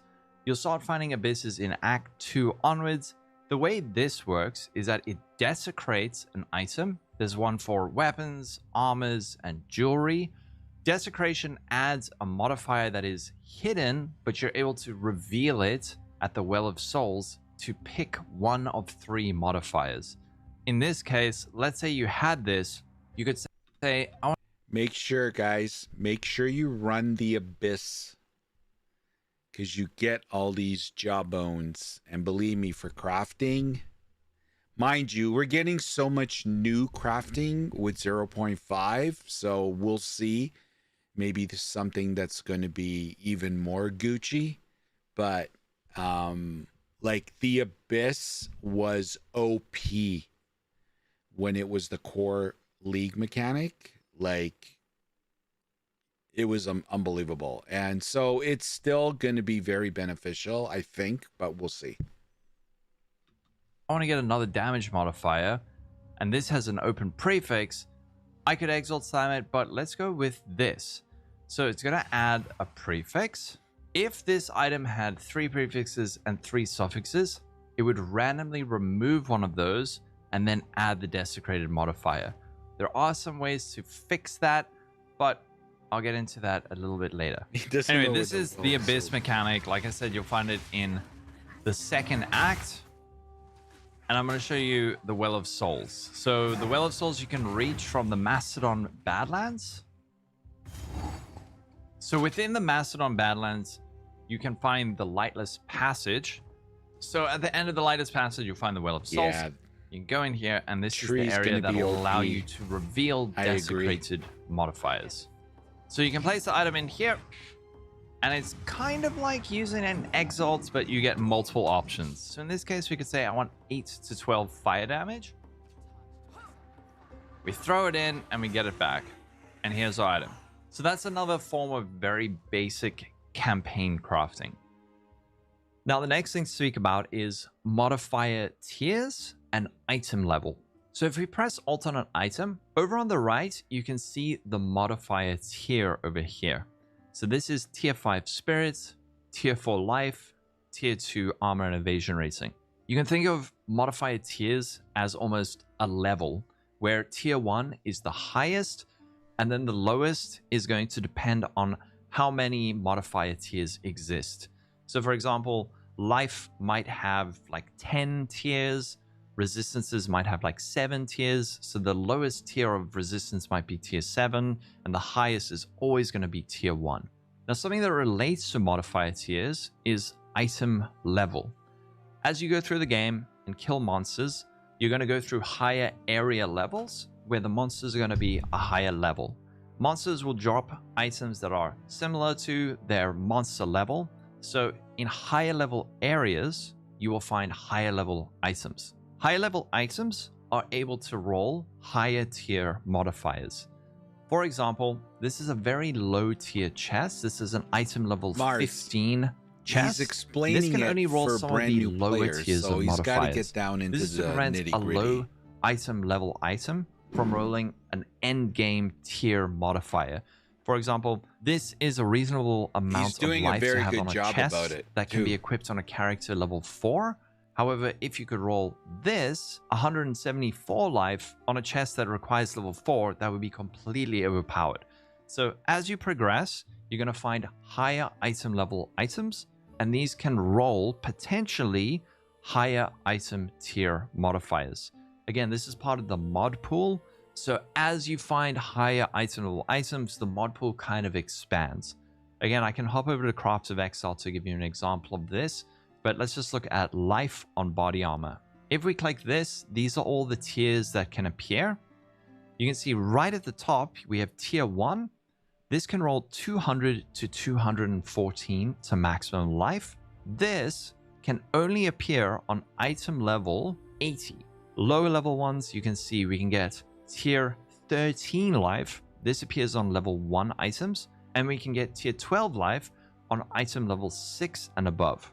This really matters when doing both high-end crafts. For example, if I wanted to make like the ultimate end game body armor with like perfect stats, I want to make sure that the item is actually able to roll the modifiers that I want it to be able to roll. Again, this is unfortunately something that you have to either learn or go to third-party resources to learn, but it's part of the process, and it's something that you come to learn over time as you... Like, this is so much of a resource, right? Like he said, eye level 80, 200 to 214 life. So if you had like an eye level 65, there's no way you're going to get a tier 1 on it.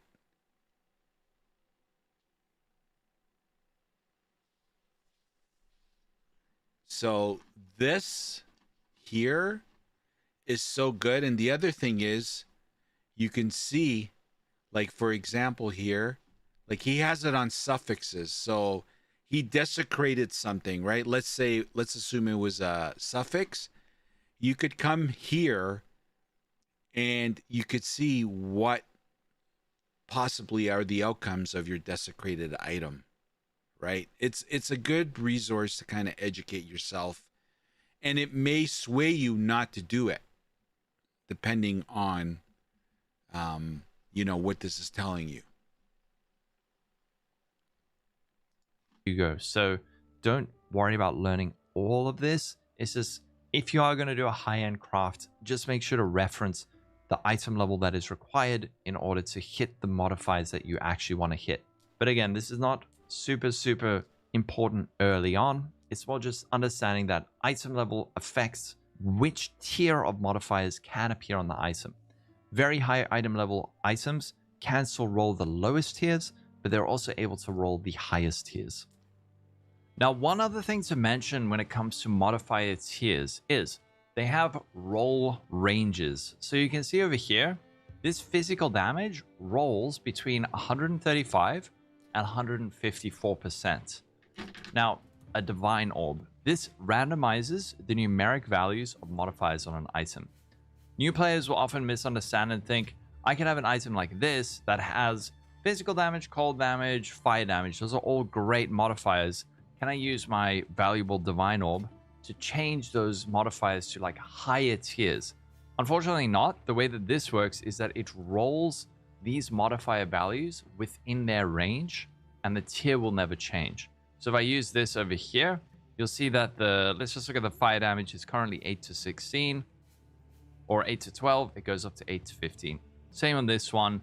We have 167 physical damage. He's got divines to burn. Goes down to 161. This has to be We can do it a couple standard more league. times just to see.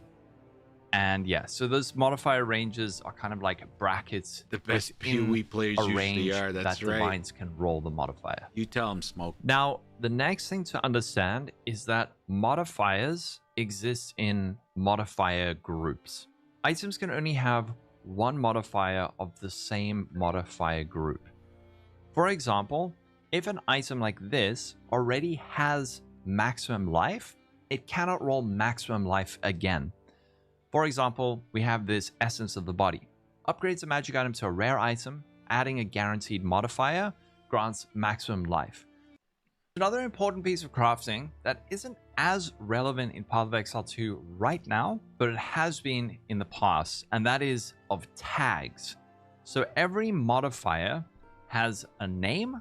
In this case, this tier 3 physical damage is known as Cruel, but it has tags. Those tags are damage, physical, and attack.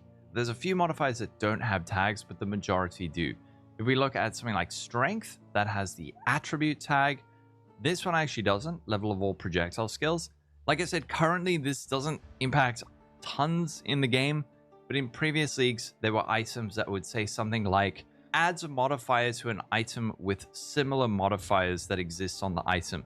So the way that would work was, it would look at modifier tags on your item. So let's say we just had this damage, physical, attack. I never look and it at would that. add if I'm another being modifier. honest. It would take it from the mod pool, the potential mods that it could roll, and then add a modifier that matched that.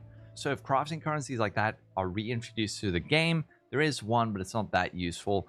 If those are added back to the game, that's where tags start becoming very important. So now that all of that is out of the way, let's go through a craft and try and make an item. I'm going to try and make something fairly similar to this. So this is a crossbow with % physical damage. It has flat physical damage. And then it also has something called hybrid physical damage, which is the % and accuracy combined modifier. That's Plus one 4 modifier, projectile but skills. it has 2 lower values than their respective normal counterparts. Then for our suffixes, the most important thing is going to be level of all projectile skills, but we can make something even better than this.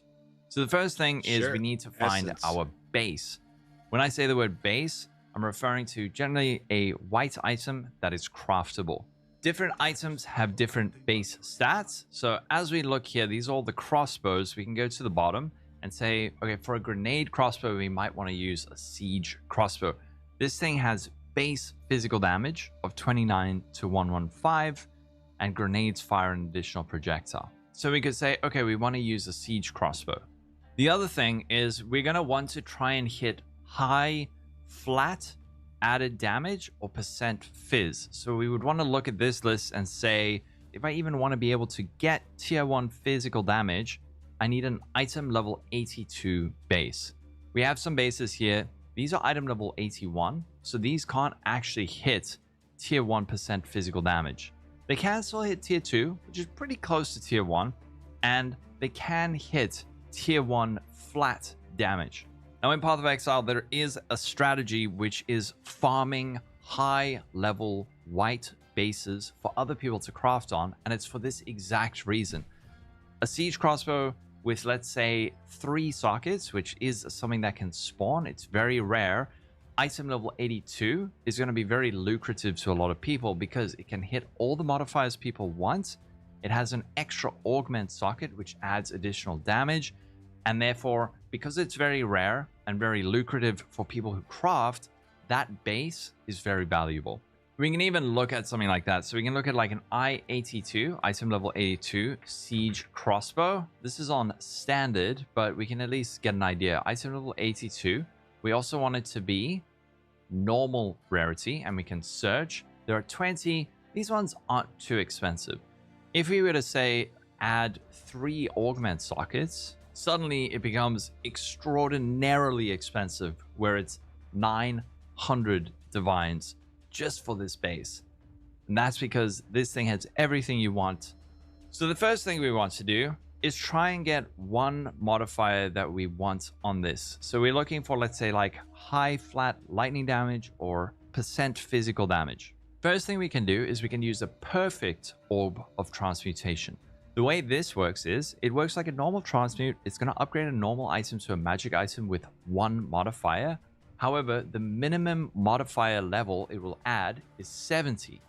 So if we look back at Crafts of Exile, we can see over here, minimum modifier level of 70 means that it can only hit modifiers that have a level of 70 and above, unless the tier 1 modifier exists at a lower level.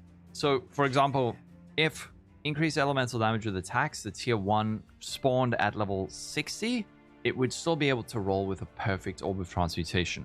But this gives us a much, much higher chance to get a good modifier that we're looking for, because it cuts out a lot of the stuff that we do not want. Stuff. That being said, just because it improves our chances doesn't mean we're always guaranteed to get something that we want. One thing to mention is that of weight. So every modifier in the game has a chance to roll. So when you use, let's say, a transmute on an item, it'll select 1 modifier from the pool of potential modifiers it can roll, but it's almost like a lucky packet with multiple tickets for different modifiers. So some modifiers are going to be more common and have more tickets, whereas other modifiers are going to be much more rare and have fewer tickets. For example, one that is very rare is % increased physical damage. This has a weight of 0.025% chance to be pulled. So this is a very, very low chance, whereas something like lightning damage has a higher chance, 0.251. This is a little bit easier to see on POE 2DB. I know I'm introducing a lot of websites, but this is the only way I can really do it right now. Hopefully they add this kind of thing in-game. But let's say we want to hit physical damage and it has a weight of 50, a 0.112% chance, 50 out of 44,000. This is a total weight pool out of the prefix mod pool. However, if we use the perfect transmute, we set the minimum eye level to 70. Now those weights are much, much better. So the chance to hit physical damage is now 50 out of 2,255, which instead gives us a 2.2% chance to hit what we want. So that's why these are so strong. Many crafting projects are going to start like this. I've never used POE 2DB for that. I've always gone to craft, but I like how it looks. I think I'm going to start using it. Perfect orbs of transmutation to try and hit something we want. If you don't hit it, you can either get another base like this, and if you get a suffix, we're trying to hit a prefix now. What you can do then is get a new base, or if you have a very, very expensive base, like one of those 900 divine bases, it's going to probably look something like this. You're going to Orb of Annulment, which is not super cheap, and then go for the Orb of Augmentation. And we can do it again. That is tier 2 hybrid physical damage, which is maybe something we want to keep, but we can try and get exactly what we want. Nope. Anyway, so that would be the process for like a very, very high-end base. But let's say we now have the lightning damage. We hit tier 2 lightning damage. We're happy with that. What's the next step? So if we want to get a prefix like flat physical damage. Hey, what's up, Charles? The reveal on Gemling and Chrono look awesome. Yeah, we watched it. We watched it earlier. Yeah, there's going to be so many goddamn builds this league. Damage. There is an essence for this. So with this, Greater Essence of Abrasion, it's going to function like a Regal Orb where it upgrades a magic item to a rare item, adding a modifier, but that modifier is guaranteed. So this is going to add, let's just do it. This adds tier 3 physical damage. So now we have 3 modifiers on the item that we like. Now the next step could be something like, we say, all right, do we just Exalt Slam it, or what are our options? I have introduced these Jawbones to you, these things that add desecrated modifiers. There are some special desecrated modifiers that can be added to items. And again, unfortunately, this isn't in-game. You do have to use these third-party resources to see everything that's happening under the hood. But it's actually, once you get into it, it's cool being able to see all of it. So we could say, instead of just randomly exalting it, we could look what are some desecrated modifiers we could get. So we have things like grenades have increased cooldown or grenade damage, attacks have penetration. There's also some nice suffix ones, like grenades have chance to activate a second time. These are all the different modifiers we can get from desecration. There are also some further complications with things like Amanamu mods or Kurgle or Ulaman modifiers. By the way, if you do want to follow along, I do have crafting guides like this that you can follow, that it will make sense. The more you do it yourself, it'll make sense and it won't be that confusing. I know it's probably a lot right now, but hopefully it has made a bit more sense after I've taken you through the various steps. Now, if we were to just use this preserved jawbone on the item, it would add either a desecrated prefix or a desecrated suffix. There is an omen, which is another form of crafting in Path of Exile, that will guarantee that the next desecration we do will add only a prefix modifier. To use this, you right-click it to make it active. However, one of the modifiers we want is increased grenade damage and increased grenade duration over here. And we can see this is an Amanamu modifier. We can guarantee an Amanamu modifier with an Omen of the Leech. We can right-click that, and then we can use this over here, and it's going to add a desecrated Amanamu prefix modifier. Now what we can do is take it to the Well of Souls, and we can reveal it, and we can get something like this: grenade damage, grenade duration. Now our prefixes are done. So many crafts are going to go. There's also one where you can activate it, and if you don't get it the first time, you can roll it again, which I'm sure many of you are well aware of. Anyway, I don't want him to... It's a great video. What did I want? No. Is he just getting... Done. Oh, we have lightning damage, physical damage, grenade damage. Yeah, great video. Awesome video. I thought if there's anyone in chat that's really new, that's a good one. And just to get back to Charles, for those of you that are coming in now. In Return of the Ancients, we're making several much anticipated balance changes to the Chronomancer and Gemling Legionnaire Ascendancy classes. Let's take a closer look at some of them. Starting with the Gemling Legionnaire, we've expanded on how the Gemling interacts with quality on his gems. Every socketable skill in the game now has an additional quality option available through the Advanced Thaumaturgy Ascendancy skill. Once allocated, simply hold Alt while hovering your skill gems to preview an additional bonus granted by gem quality. Crazy. You're gonna see some amazing effects. Jesus. An example is Fireball. Instead of firing only 2 additional projectiles, why not fire up to 10 in a circle? Combined with consuming a fire infusion, you can fire a devastating ring of explosive projectiles that then each explode into another ring of smaller firebolts. Another example of an added quality that may also add quality to your life is Explosive Shot. Instead of having to reload after every shot, you can gain 2 more rounds in your magazine for a burst of deadly impact. With the Gemling Legionnaire's mastery of gems, he is also able to conjure a powerful barrier from his socketed skill gems, named the Virtuous Barrier. Each socketed skill gem empowers the barrier, making its effects stronger depending on the gem's required attributes. With the Virtuous Barrier skill providing some much needed defenses, and the additional qualities of over 200 different skill gems, it's more than meets the eye, and we look forward to seeing what you can come up with for your builds. Onwards to the Chronomancer. First off, let's start with one of its new notable skills, Phased Form. With Phased Form allocated, and due to your mastery over time, you are able to take less damage, causing a portion of that damage to be taken after a delay. You guys think this is going to be like super... This serves as a pretty strong... Do you guys think this is going to be like super popular in hardcore? Like, I think I might run this in hardcore. I was saying this earlier too. defensive node, especially as the delayed damage only applies to hits, so you just straight up mitigate any damage over time effects. What makes this really cool though, is that by taking Temporal Rift, the delayed damage from phased form can entirely be negated. Jesus. If you take a big hit, then use Temporal Rift, not only does your life recover back to what it was, Back to 100. but the delayed damage is just eradicated.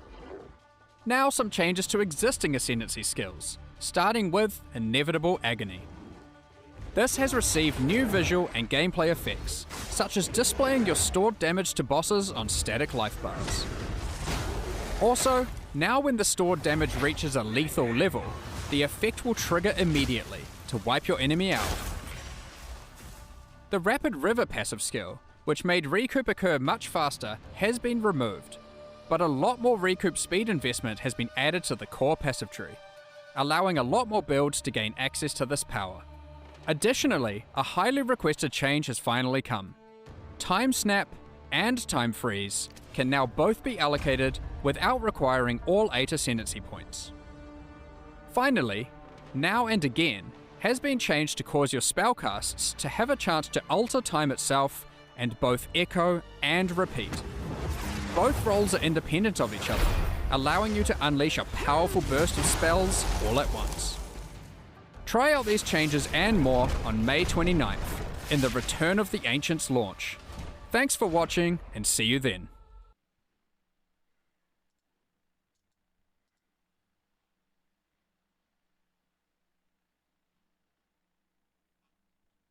That's it. That's crazy. That's it, boys. It's gonna be a banger. It's gonna be a banger. It's gonna be it's gonna be a tough decision. So these teasers have definitely muddied the waters for me as for what I want to play. But tomorrow's the last straw. Tomorrow we have the patch notes, which are going to happen, I think, 4 o'clock my time, Eastern Standard Time. And I typically start my stream 7:30ish, 8 o'clock, between there, depending on IRL. So we're probably going to be getting late into the patch notes. You guys will probably have started reading them already. But that's what we're going to do tomorrow. Like I was saying earlier, we're going to go through the patch notes.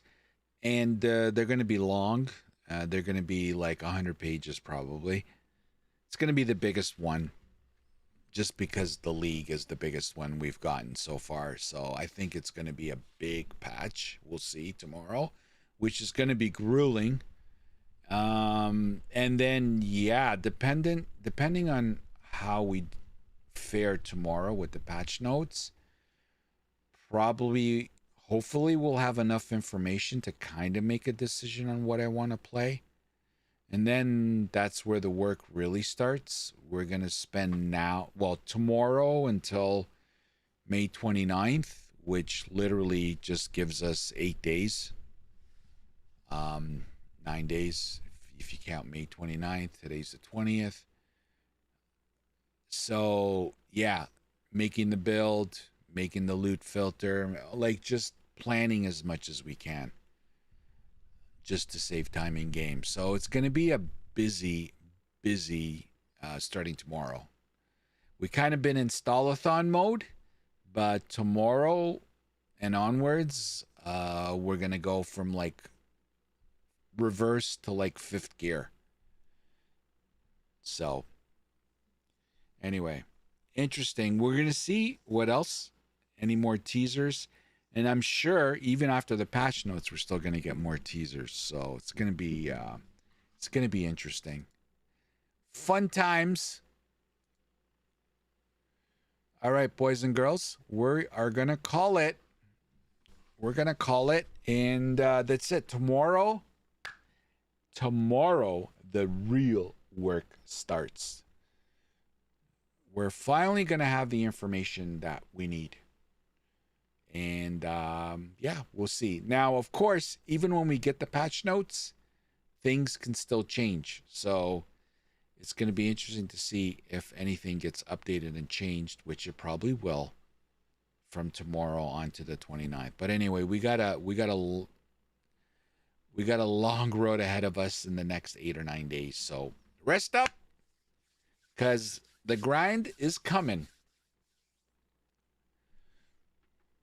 All right, everybody. Thanks for watching, and we'll see you tomorrow night. Good night.